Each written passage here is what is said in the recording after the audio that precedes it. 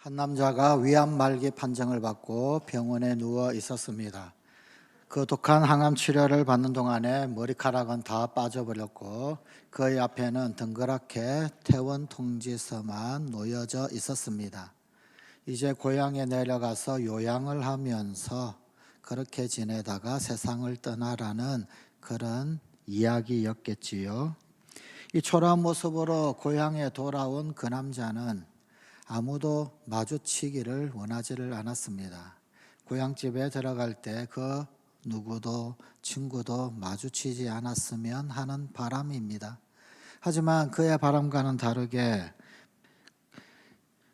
초췌한 모습으로 죽을 날만 기다리는 그 누구 자신의 모습을 그 누구에게도 보이기 싫었지만 이 사람 저 사람 마주치게 되었습니다.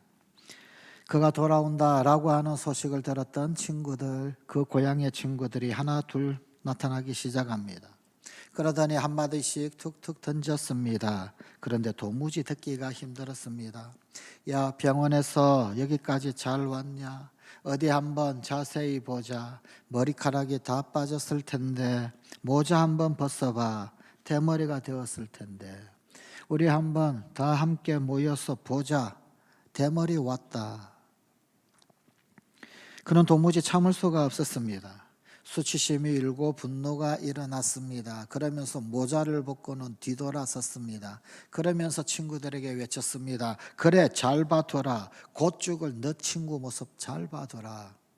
그런데 이때 뒤돌아선 그는 멍하니 서 있을 수밖에 없었습니다. 그를 보러 나온 모든 친구들, 그런데 그 친구들이 전부 다 머리를 삭발을 하고 그리고는 그를 바라보고 있었던 것입니다. 우리는 네가 그 악랄한 모진 질병, 그 암이라고 하는 놈과 싸워 이길 때까지 우리도 이 모습 이대로 너와 함께 할 것이야. 힘내라 친구.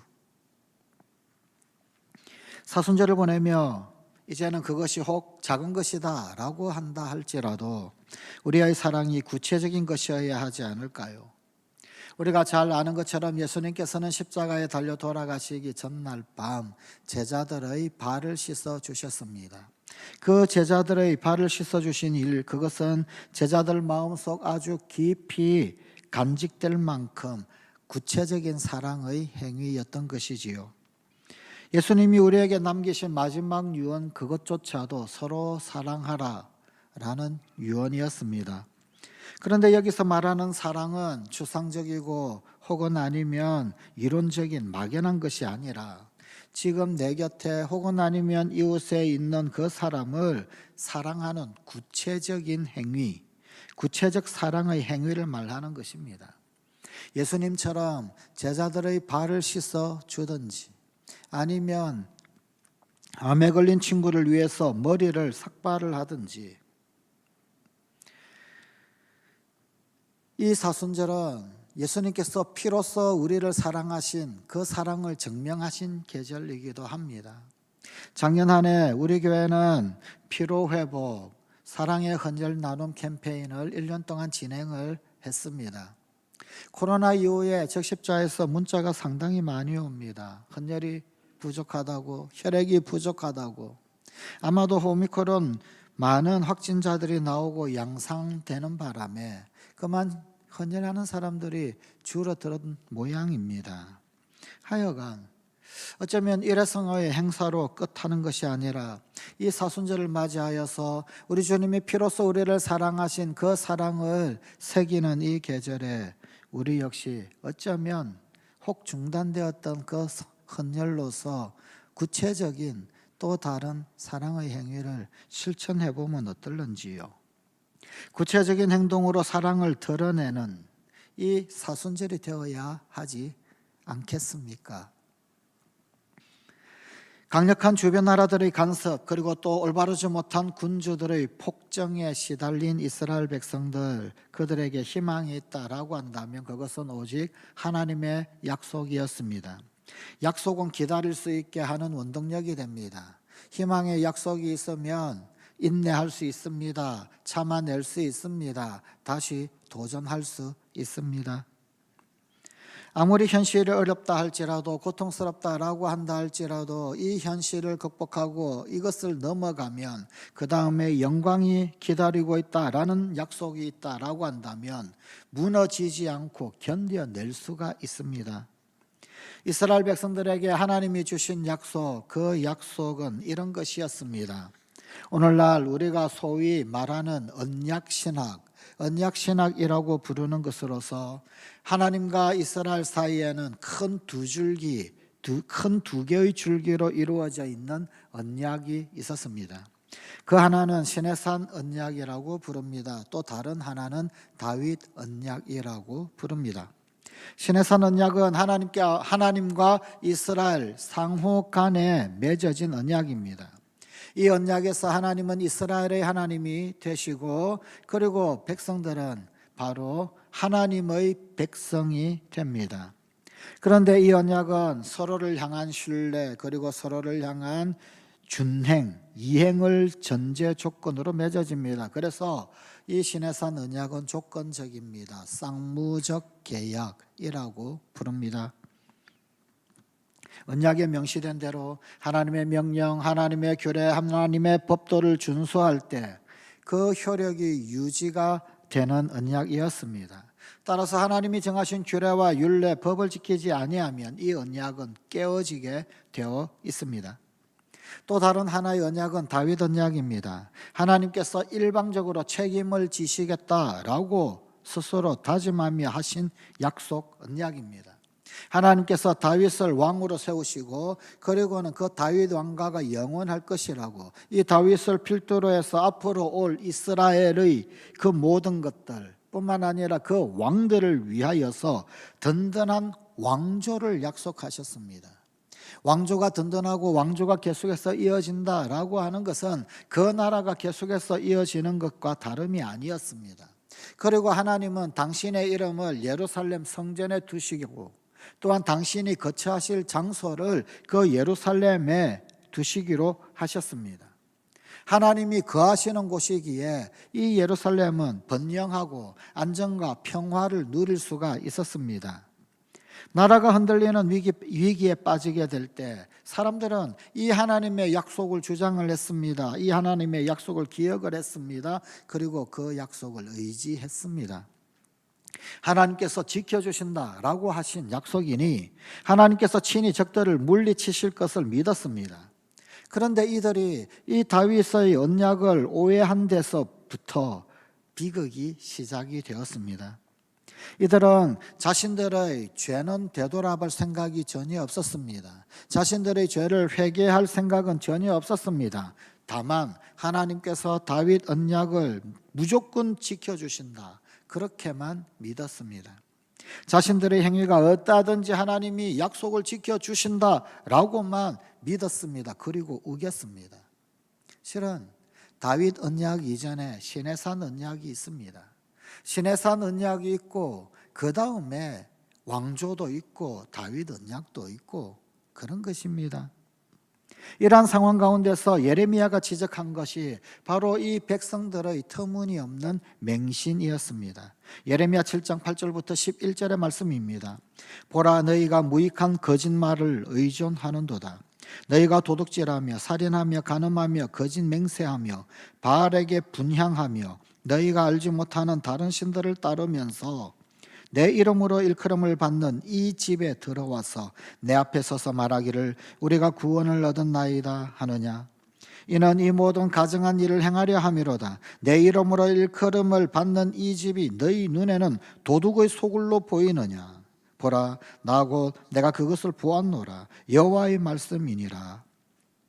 예레미야는 백성들이 회개하지 아니하면 하나님께서 혹 그것이 성전이다 라고 한다 할지라도 파괴하실 것이다 라고 선포를 했습니다.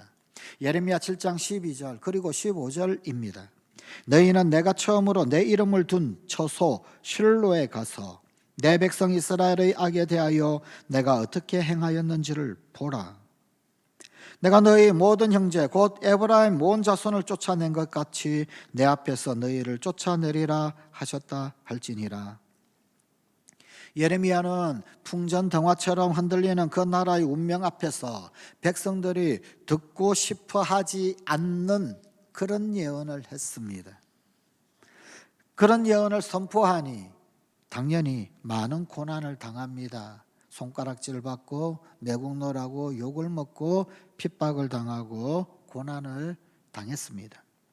하나님이 지켜주신다면 결코 멸망하지 아니한다. 이 예루살렘에는 하나님의 처소가 있다. 그리고 하나님 이름이 있다. 하나님의 처소가 여기에 있는데 이 예루살렘이 멸망하겠느냐? 그렇지 않다 라고 이야기했던 당시의 다른 예언자들, 거짓 예언자들, 그들의 주장은 큰 박수를 받았습니다.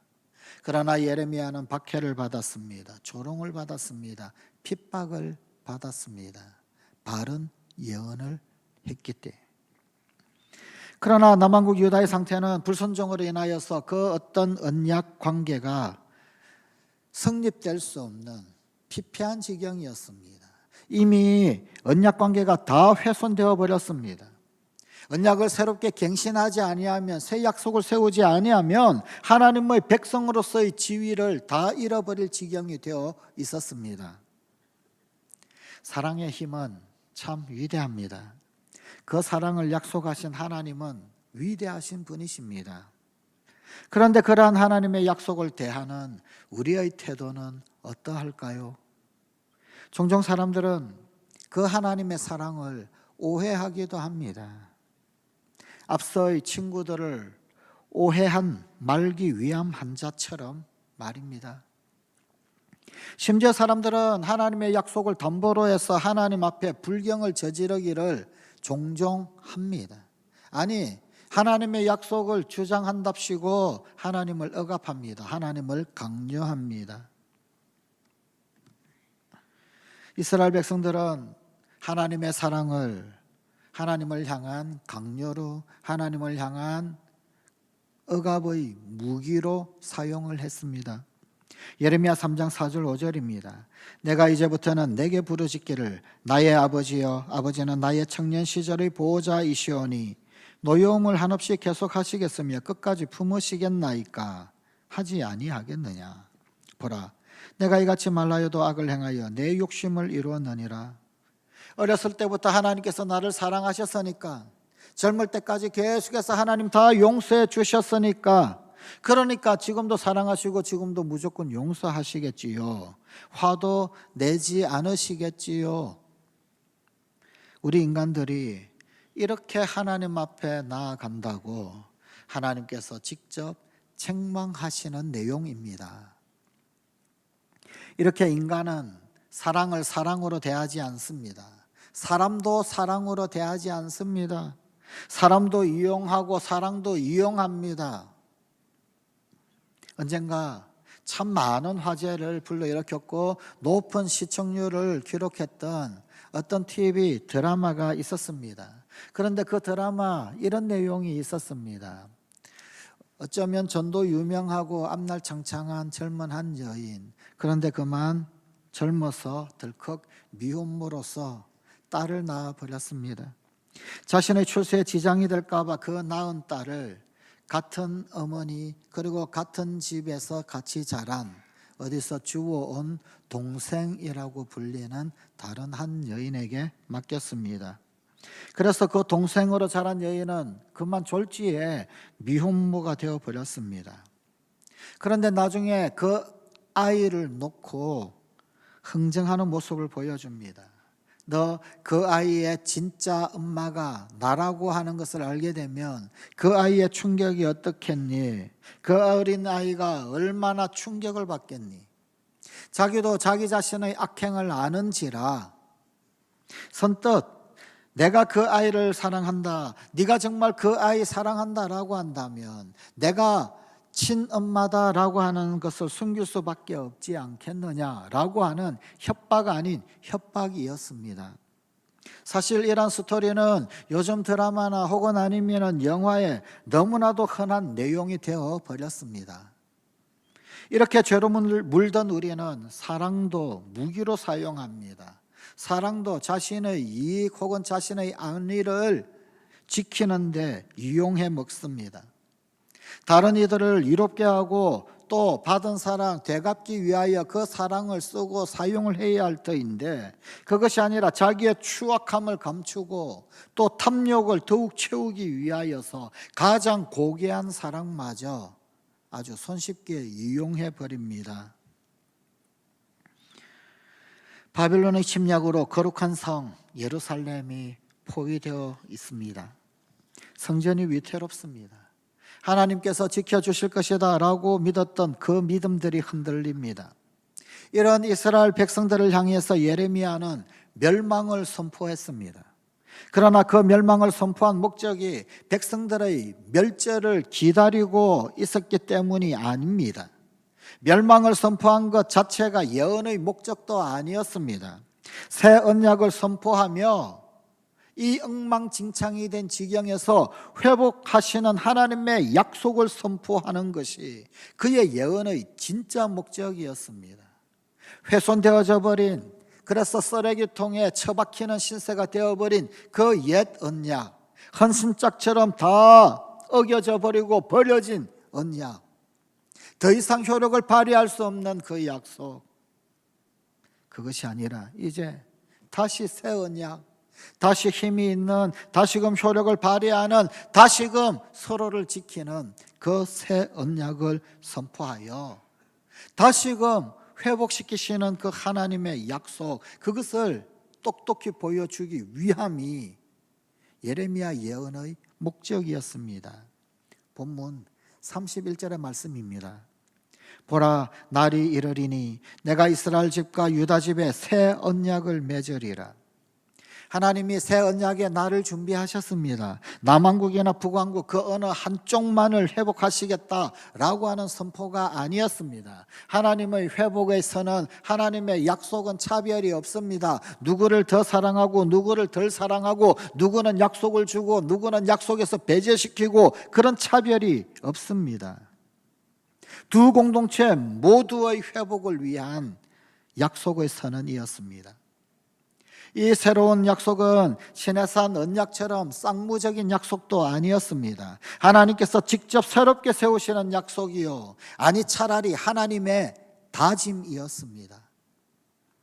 남왕국 유다의 불순종으로 말미암아서 시내산 언약은 다 깨어져 버렸고 언약의 갱신이 필요한 시점이었습니다. 시내산 언약으로 이해되지 않는 이 어려운 고통의 현실, 이 현실을 새로운 언약을 발견함으로써 극복하라는 하나님의 격려의 약속이었습니다. 새로운 약속은 돌판이 아닌 각 사람의 마음에 새겨졌습니다. 본문 33절입니다.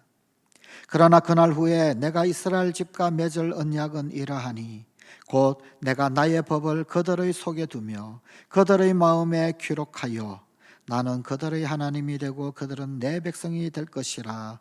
여호와의 말씀이니라. 이것은 돌판에 새겨져서 그래서 눈에 보이고 명시된 외식적인 것, 그리고 율법 중심에서 이제는 사람의 마음, 인간의 마음으로 그 중심이 옮겨짐을 의미했습니다.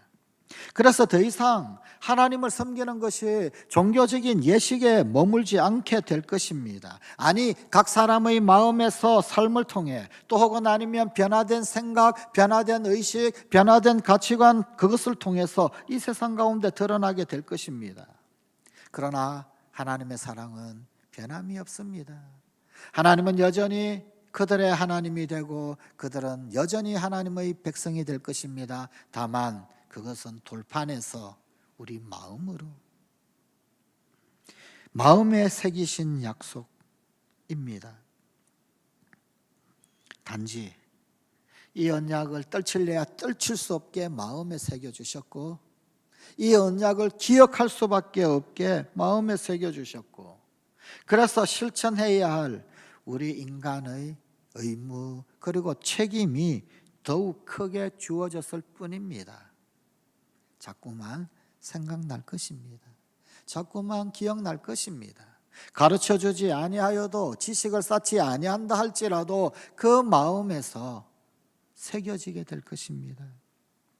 이제 새 언약이 새겨져 변화된 마음들은 더 이상 하나님을 아는 지식을 가지라고 호소할 필요가 없습니다. 모든 사람들이 자연스럽고 당연하게 하나님을 알게 될 것입니다. 마음에 새겨졌으니. 지식이 아니라 그 마음에 새겨진 언약이기 때문입니다. 이런 하나님의 새 언약은 하나님의 과거를 기억하지 않으시는 은혜로 말미암아서 가능하게 되었습니다. 본문 34절입니다. 내가 그들의 악행을 사하고 다시는 그 죄를 기억하지 아니하리라. 여호와의 말씀이니라. 하나님은 우리의 잘못을 기억하지 않으시고 용서하십니다. 깨어진 관계가 회복되기를 바라시기 때문입니다. 깨어진 관계 어떻게 복원할 수 있을까요? 어떻게 회복할 수 있을까요? 자잘못 계속해서 따져가지고는 그 관계가 회복이 되지 않습니다. 옳으니 그러니 자꾸 따져가지고 관계가 회복되지 않습니다. 자꾸만 상기하고 기억하고 덜치운다고 해서 그 깨어진 관계가 회복되지 않습니다. 깨어진 관계는 사죄하고 용서함으로만 회복됩니다. 그리고 기억에서 지우는 것, 기억하지 않음으로 회복됩니다. 생각해보면 이것보다도 더 소중한 축복은 없습니다. 우리에게는 얼마나 많은 부끄러움이 있는지요. 하나님과 언약을 맺었으면서도 그것을 지키지 못한 이스라엘, 그 이스라엘과 우리가 다른 점이 무엇이 있을까요? 하지만 이제 하나님은 예수 그리스도의 십자가를 통해서 우리의 모든 죄와 허물을 다 용서하셨습니다. 더 이상 기억하지 아니하시겠다. 더 이상 기억하지 않겠다라고 우리들 모두에게 새롭게 시작할 수 있도록 격려하여 주시고 힘을 주신다고 그렇게 말씀하십니다. 집을 짓는 분들에게서 종종 듣는 말이 있습니다. 기존의 낡은 집을 다시금 보수하고 수리하는 것, 그것이 집을 차라리 새로 짓는 것보다 훨씬 더 어렵다. 그런 말을 종종 듣습니다. 그냥 다 부시고 새로 짓는 것이 훨씬 쉽답니다. 그것은 우리 사람들의 삶 가운데서도 마찬가지입니다. 한번 실패하고 잘못된 것, 그것 다시 돌이키고 다시 회복시키는 것, 그것이 얼마나 어려운지 모릅니다. 실수를 지워버리는 것 쉽습니까? 그러나 하나님은 우리들에게 그런 기회를 주십니다. 나는 하지 못하는 것, 그러나 하나님께로는 가능합니다. 하나님은 그 일을 하십니다. 그 어려운 것을 하십니다. 다시 시작해 보아라. 이제까지 네가 어떻게 살았는지 그것 나는 네가 어떤 잘못했던지 그것 나는 별 중요하지 않아. 네가 다시 시작하고만 싶다면, 네가 다시 돌이키고 다시 일어나고만 싶다면 나는 그것으로 좋게, 그것으로 너를 응원할 수 있어. 그리고 너는 얼마든지 잘해낼 수 있다고 나는 믿고 있어. 그러니 다시 시작하자. 사랑하는 성관가족 여러분, 사순절은 어쩌면 이런 하나님의 새 언약을 가장 가까이에서 느끼는 시간입니다. 예레미야 31장 20절의 말씀입니다. 그러므로 그를 위하여 내 창자가 들끓으니 내가 반드시 그를 불쌍히 여기리라. 여호와의 말씀이니라. 이 새 언약은 하나님의 사랑의 징표입니다. 하나님이 우리를 불쌍히 여기시는 이끌는 그분의 마음입니다. 창자가 마디마디 끊어져 나가는 사랑이요 아픔입니다. 하나님은 속이 타들어가는 그 슬픔으로, 그 사랑으로 우리를 바라보십니다. 도저히 가만히 있을 수 없어서 새 언약을 주십니다. 그리고 그 새 언약이 예수 그리스도의 십자가를 통하여 우리에게 드러나게 되었습니다. 아무도 거절할 수 없도록, 아무도 모른 척할 수 없도록, 아무도 외면할 수 없도록 우리 마음에 새기셨습니다. 하나님께서 이미 우리 가슴에 새겨놓으신 소중한 언약, 그것이 다시 생각나고 그것이 느껴지고 그 언약이 우리의 삶을 새롭게 하는 이 계절이 되십시오. 어쩌면 바벨론의 침략과도 같은 절망적인 오늘의 현실 한가운데 있다 할지라도 우리 심장에 새겨주신 주님의 새 언약으로 다시 세워지고 살아나는 성광가족 되십시오. 기도하십시다. 하나님, 피로써 사랑을 드러내신 이 계절에 주님 우리 가슴에 새겨놓으신 소중한 언약, 그것이 또다시 생생히 생각나고 느껴지고 그 언약이 우리의 삶을 새롭게 하는 이 계절되는 우리 성광가족 되게 하여 주옵소서.